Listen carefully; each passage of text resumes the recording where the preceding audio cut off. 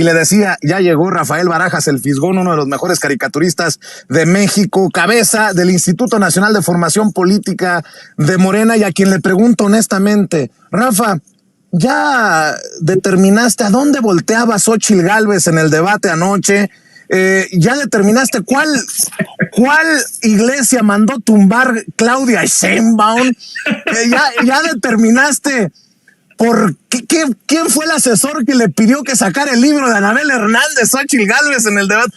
Mi querido Rafa, te saludo con mucho gusto. No, pues ayer estuve en Tlatelolco ahí viendo cómo estaba viendo el debate, y me llamó profundamente la atención que Xóchitl Gálvez sí siguió las directivas que dio públicamente Jorge Castañeda del Go Negative, y se las tomó muy en serio. Se tomó el Go Negative tan en serio que seguramente crecieron sus negativos después de este debate. Yo creo que estuvo peor que en el primer debate, y estuvo peor por todas las cosas que comentas. Es decir, sí llegó desencajada. Fíjate, a pesar de que en la mañana habían tenido un acto importante en el Zócalo, porque sí tuvieron un acto importante en el Zócalo, con descalabros, porque estuvo la Coordinadora Nacional de Trabajadores de la Educación, porque es un hecho que hubo un conflicto alrededor de las vallas, que las vallas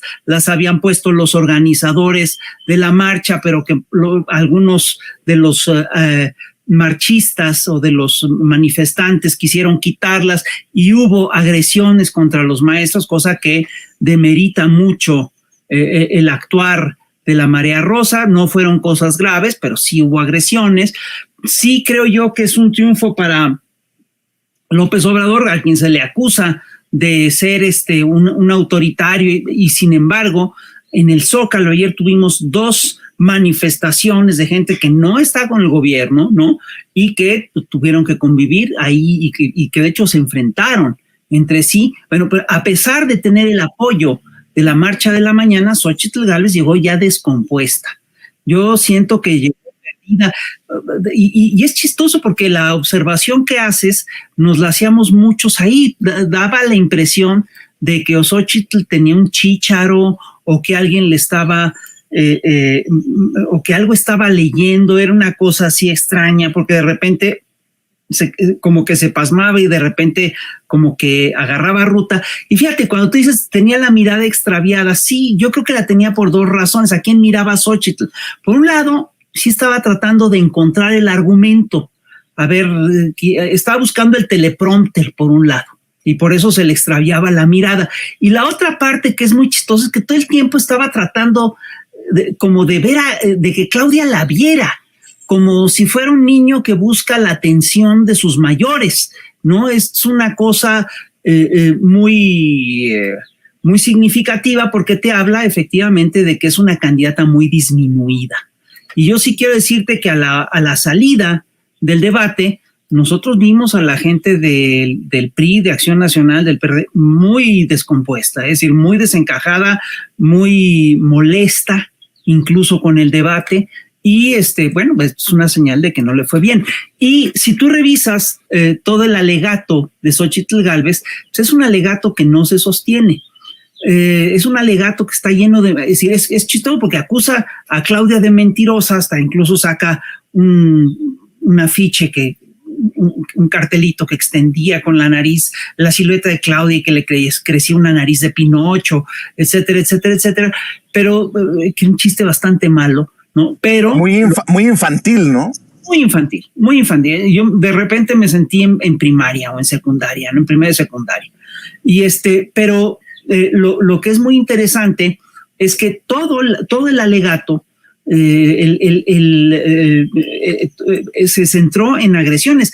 Trata de recordar cuáles fueron las grandes propuestas de gobierno que hizo Xóchitl ayer, y vas a ver que te vas a encontrar con problemas. Las únicas propuestas en las que hizo hincapié son propuestas que son inviables, como eso de abrir 100,000 escuelas de tiempo completo. ¿De dónde va a sacar el dinero? Es decir, estas propuestas básicamente lo que te revelan es que no está hecha para gobernar, no son propuestas serias de gobierno.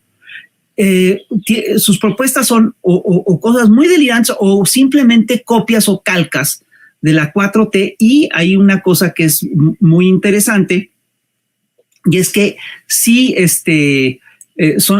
insiste Xóchitl Gálvez en la idea de que los programas sociales están en la Constitución, no se pueden quitar, pero no nos explica, no nos dice que están en la Constitución justamente a pesar del voto del PAN, que votó en contra, y que están en la Constitución para que dejaran de ser programas que estuvieran sujetos al clientelismo electoral. Y en fin, a mí me parece que fue muy desastroso todo lo que le pasó a Xóchitl Gálvez anoche, ¿no? Fue muy penoso. Y además dijo cosas que son increíbles. Por ejemplo, se pone a decir, ¿cómo es posible que López Obrador se haya saludado a la mamá del Chapo? Y esto es un tema que es muy interesante, es un tema que detrás de este tema hay una cuestión ética que es de fondo. Tú no puedes culpar a la madre de un narcotraficante por los delitos del hijo, del mismo modo que tampoco puedes culpar a Xóchitl Gálvez, ¿no? Tampoco puedes culpar de los delitos de una secuestradora a su hermana. Y la verdad, a mí me parece que Xóchitl Gálvez ahí se está metiendo en un terreno muy feo, ¿no? Definitivamente. Y me parece feo, malo y tonto, ¿no? Y hay otra cosa que me llamó poderosamente la atención en el debate de ayer, y es que Xóchitl Gálvez sacó una y otra vez el tema religioso, lo que quiere decir que está buscando este voto religioso, después de que se reclama trotskista y feminista y todas esas cosas, está efectivamente haciéndole constantes guiños a ese sector ultracatólico. Empieza diciendo, yo soy Xóchitl Gálvez y defiendo la vida. Todos sabemos que que el discurso de la defensa de la vida es esencialmente un discurso en contra de la despenalización del aborto. Y sabemos además que despenalizar el aborto es una cosa ética y que va a favor de la vida de las mujeres, porque muchas mujeres pierden la vida precisamente en abortos clandestinos. La penalización del aborto sí genera muchas muertes de mujeres. Es decir, son temas que son delicados. Dijo además en un momento dado, me pareció fantástico, como Claudia no cree en el pecado, en los pecados.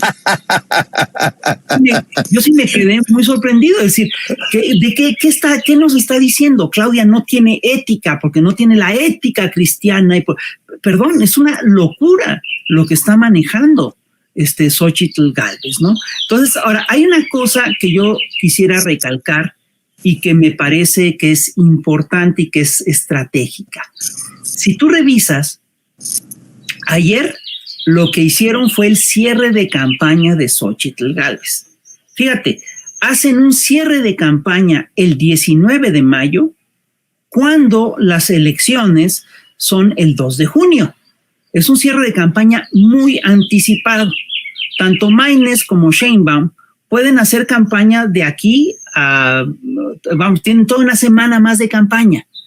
¿Por qué cierran la campaña de Xóchitl Gálvez? ¿Y por qué lo hacen, además, en esta marcha rosa, que es una marcha que es apartidista, ¿no?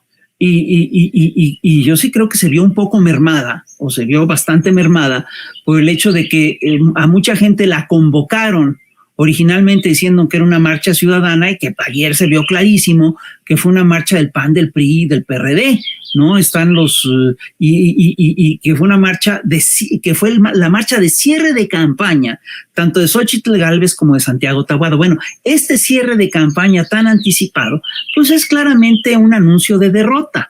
Básicamente lo que te están diciendo es, ya no vamos a hacer campaña, nos vamos a meter a otras lógicas. Y fíjate, hay una cosa que yo sí quiero señalar constantemente, ¿no? Que creo que no debemos de dejar de lado. Nos dicen que la marea rosa fue para defender la democracia, y quien convocan son los partidos del fraude electoral, el PRI y el PAN. Nos dicen que están en contra de un narcopresidente. No presentan una sola prueba de lo que es de que Andrés sea un narcopresidente. En cambio, tenemos todas las pruebas de que Genaro García Luna, el secretario de Seguridad de Felipe Calderón, pues estaba ligado al cártel de Sinaloa. Nos dicen que este es un gobierno represor, represivo, opresivo. Es decir, les pedimos que mencionen un solo acto de represión de este gobierno y no atinan a darlo. Nos dicen, por ejemplo, que es represión la cárcel a Rosario Robles, cuando es un hecho que quien le hizo la gran publicidad al tema de la estafa maestra fue precisamente Mexicanos contra la Corrupción. Eso no se nos olvide. Nos dicen que la persecución contra Alito Moreno es persecución política. No es persecución política. Lo que se ha sacado de Alito Moreno es investigación, son cosas que han sido documentados. Nos piden que el presidente se deje de meter en el proceso electoral. ¿Quién se metió en el proceso electoral de manera abierta si no fue Vicente Fox? ¿Quién se metió en el proceso electoral de manera abierta si no fue Felipe Calderón haciendo un pacto y un acuerdo con Enrique Peña Nieto? Nos dicen que están polarizando, que este gobierno polariza, que protestan y que marchan porque este gobierno está polarizando al país. Perdón, hay una polarización que es muy vieja, que es la polarización económica, pero hay otra polarización que ellos están alimentando, que es la polarización del go negative, la polarización de la guerra sucia. Si algo polariza a la sociedad, es precisamente la guerra sucia. Entonces, es una marcha, es un movimiento que está plagado de contradicciones, que no sabe cómo resolver esas contradicciones, yo sí creo que es el ocaso del viejo régimen. Y lo que sí percibo es que están ya apelando a cosas increíbles. Yo escuchaba ayer, me topé en Twitter con un video en el cual hay un debate de Violeta Vázquez Rojas con Crespo, y Crespo increíblemente argumenta que defendiendo, saca un argumento que es que muy erudito para defender que Xóchitl Gálvez dice mentiras. Dice Maquiavelo en El Príncipe que si no mientes no ganas. Es decir, te cae de madres que ese es tu argumento, que esa es tu gran defensa de Xóchitl Gálvez. Estás hablando de un texto de principios del siglo XVI.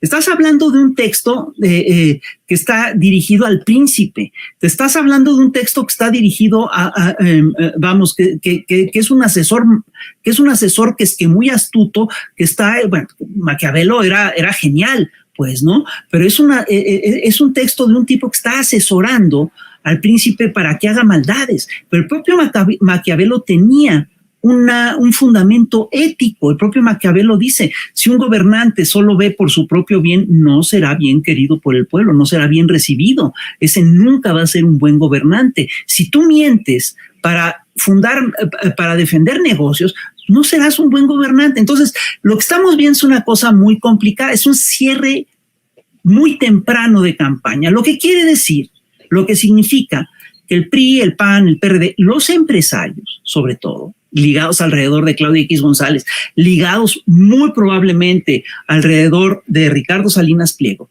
se van a dedicar a hacer campaña de otra manera. Y estamos teniendo ya toda una serie de filtraciones, de denuncias, de que hay una compra de voto masiva. Y eso es lo que van a hacer de aquí a las elecciones. ¿Para qué gastar en campaña si bien puedes gastar en compra de votos? ¿Para qué gastar en campaña si puedes incidir de otra manera en la ciudadanía? Ahora, no lo están haciendo de manera indiscriminada. Yo no creo ni siquiera que estén comprando votos para la elección presidencial. Todas las filtraciones que tenemos, los trascendidos que tenemos, que obviamente hay que confirmarlos y hay que revisarlos, etcétera, es que están comprando votos en la Ciudad de México y que están concentrando todo su capital para tratar de ganar la Ciudad de México, donde ciudad que ellos piensan que pueden ganar. Las encuestas dicen otra cosa. Las encuestas dicen que Clara Brugada tiene 11, 12 puntos de ventaja, pero, sí es un hecho que la derecha mexicana tiene la vieja costumbre de comprar voluntades, tiene la costumbre del fraude electoral, y es un hecho que el fraude electoral hoy en día se hace de otras maneras. Entonces yo sí sugiero que estemos muy alertas con lo que está ocurriendo en materia de compra de posible compra de voto en Ciudad de México, porque eso sí sería muy grave. ¿Y por qué se están centrando en Ciudad de México? Porque si de alguna manera Taboada logra ganar la Ciudad de México, esta derecha del PRI, del PAN y el PRD seguiría teniendo proyecto. Si la pierden, no tienen ya proyecto.